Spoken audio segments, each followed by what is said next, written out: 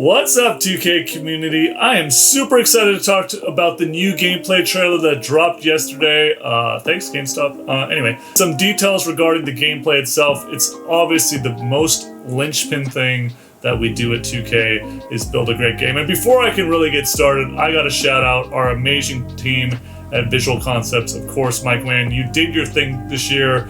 There's so many things to love, and I know, read the blog if you haven't seen it. I'm gonna go over some of them points from my own point of view, so let's get started.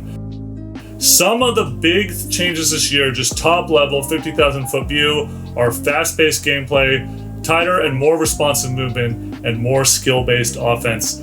Some of the big changes to the player builder was, I know that you were all looking forward to that, so let's get into it. But you can't start talking about basketball until you talk about the defense. Of course, the game starts on the defensive end. The defense wins championships, so let's talk about it. The primary goal for defense was to give you guys the tools to be able to really change the outcome of the game, control the game on the floor and at the rim. I gotta talk about the rim thing in a second, but if you're good at perimeter D, we wanted to give you the ability to clamp up the dribbler and force a pass. That should be in your control. If you're a rim protector, we wanted to give you the ability to send away weak shot attempts. Come on, guys, that's a big one because, as you know, in 2K21, there was a lot of rim running, a lot of, just unbelievable. You just couldn't stop anything. I was a playmaking paint beast.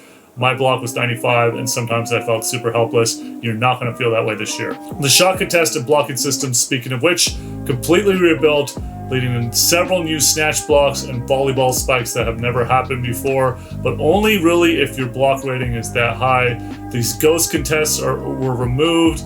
Obviously, there was just weird contests sometimes.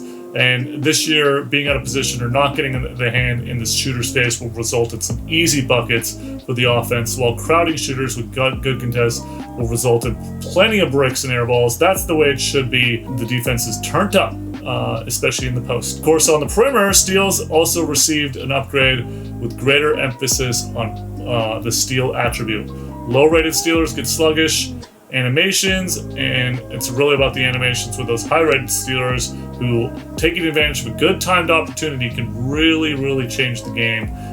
You'll be able to pick pockets, you'll be able to jump the lane. There's some really great stuff when it comes to stealing and just general defense. One of the big things, of course, always is what you do as an on-ball defender is one thing, but what can we help you with in terms of defensive AI, your teammates? The most significant update to the fundamental defensive rotations we have ever done this year, our AI has the ability to anticipate certain plays just like a human would during flopping or down screens, especially if you, as an offensive player, you just bang it over and over again. We talked a lot about the balance of offense and defense, and with balance comes great, this meta game between being able to know what you're doing on offense and doing it and making sure that the AI follows through on that as well.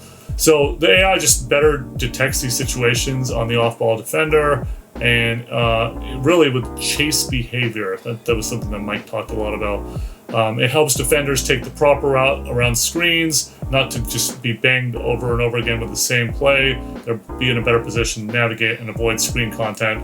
And then lastly, we have added a brand new cutter help defensive system. The system helps to fill in defensive gaps, and it's gonna not allow you to just rim run again, just have a clear path to the rim, which was an issue in 21. Another huge aspect of the game, now we're moving on to offense, is dribbling. Look, you guys talk a lot about this 2K16, 2K17 dribbling size-ups. While the one-to-one basic size-ups have been removed and replaced by one-to-one signature size-ups, KD's big hezzy, Harden's around the legs move, Steph's quick machine gun crosses, Luka's methodical rock back and forth dribbles, all under the gamer's direct control rather than a preset movie. That was something that, Luka was in our mocap facility. If you guys haven't seen that video, definitely recommend that. But that was something that he talked about, and we kind of took to heart. So very cool. Mike and the team worked really hard on these packages. There are around 50 unique signature size-up packages to choose from. And they all have their distinct advantages. So again, you're gonna have to think about what you want to use. Try to find the one that best suits your rhythm on how you like to play. And everybody's always like, what's the best build? What am I going to do? I think there's a lot of balance that's been put into, and I'm going to talk about this a little bit more in a little bit when we get to the builder, but there's been a lot of thought put into all aspects of the game, which is going to, I really always believe that the best build in the game is the best build for you. Meaning, like, there's some people that are just better suited to play outside, and some people that are better suited to play inside. Some people, you gotta fill the roles. You can't have 5, crunch time scorers. That doesn't work very well. So our game is really trying to find that kind of balance. Going back to dribbles, you can equip one of 32 unique dribble sequences. They're quick 3 or 4 second dribble combos that you can trigger by simply holding sprint and flicking the pro stick up, mixing the signature size ups and signature combos together. That gives you limitless variety for how you want to break down your defender. You saw that a lot during the trailer that dropped yesterday. A lot of you guys saw that watching it, so I'm glad that the community was looking out for these kind of size ups and signature combos. Post play, I love playing in post, so we spent a lot of time upgrading post play. Lots of new content, new movement, new Arsenal back to the basket moves. Similar face-up ball handling. Many of the new moves are cancels and aborts. It's lots of great combinations and fakes once you've mastered the controls. And of course, we always keep an eye on that, not overpowering it to a degree where it's completely unstoppable. We feel like there's a good balance this year. Now let's get really deep into offense. Of course, you start with shooting. There's a new shot meter. You guys have seen it. A dynamically resizing make window. And the window will expand when you're taking high quality shots with good shooters, but will shrink when heavily contested shooting with a low rated shooter or fatigue. That's the way it should be. It felt like everybody's green area in previous years was exactly the same. That shouldn't be the way it is. Major emphasis for shooting success is shot IQ. Teams that work for open looks and take smart shots are going to see a lot more success than the ones that force up bad shots. It seems logical. In practice, that was a challenging feat and something that the dev team is very, very excited about. They really keyed in on taking quality shots. There was a lot more, obviously, in 21. There was contested shots that would go in. Finding that balance is always a tough one, but we're really proud of the work that's been put into 22 in terms of, rewarding quality shots. Part of that is shot timing still takes a major role in the skill gap. You get an additional boost for turning the meter off. That's been the case for a few years. But it'll only take you so far if you're taking bad shots. I just think that contested shots were really looked at. It was something that you guys really talked about a lot. So we heavily focus, group tested the new shooting mechanics with players of all skill levels, because ultimately, we build the game for everyone, not just content creators or not just, the core of the core. I think you're going to find a good balance, and the dev team has said it over and over again, but they believe that this shooting has never felt better in NBA 2K, so that's really exciting. Let's talk about finishing at the rack. We made a strong push to get more of a skill gap into finishing at the rim. Look, for a lot of years, it's felt like, if you're covered, it's less likely that the ball's going in, but sometimes it feels a little bit out of your control. Well, fear not, that is not really the case anymore. The motion capture dunks, it was a shame that once you saw one fire off, you basically knew it was an automatic 2 points. That is not going to be the case anymore, because first of all, we're giving rim protectors a lot more tools to make great stops at the rim. We talked about that earlier. And then when you have a defender standing underneath the rim, the aggressive skill dunk feature will let you basically force a dunk attempt on demand. As long as you have a strong dunker and you have a bit of a runway, you're not going to be dunking with everyone.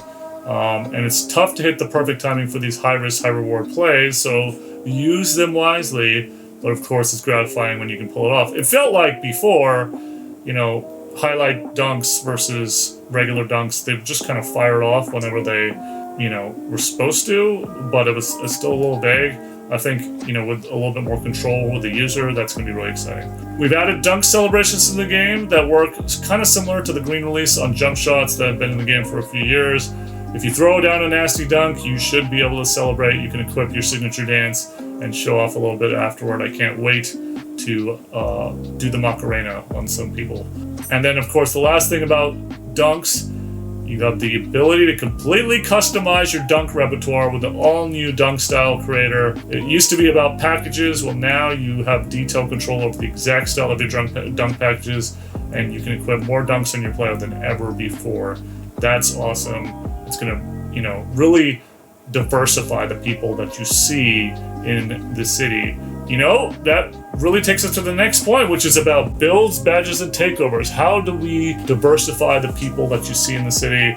In previous years, there have been so many builds that are played by everyone, and we want to get to a place where, if you're really good at a build, you'll have an advantage because you played it for a long time and you feel comfortable with it, and it's not just everybody flocking on the same build. And the amount of badge points at your disposal has been increased significantly, which gives you more opportunities on how you badge your My Player, but gives us the more opportunities to diversify your My Player. The new detail builder screen is much easier UI-wise to identify the available badges, what they are at each tier, and the attribute thresholds required to hit each tier. And you can also see how these numbers change in real life as you adjust your attribute caps. Another cool addition to that is the badge loadouts. They allow you to quickly and easily toggle what badges you have equipped based on how you're playing on a given day, or even based on the matchup stepping up to the next spots. There's 17 new badges that you can read up on in the link below.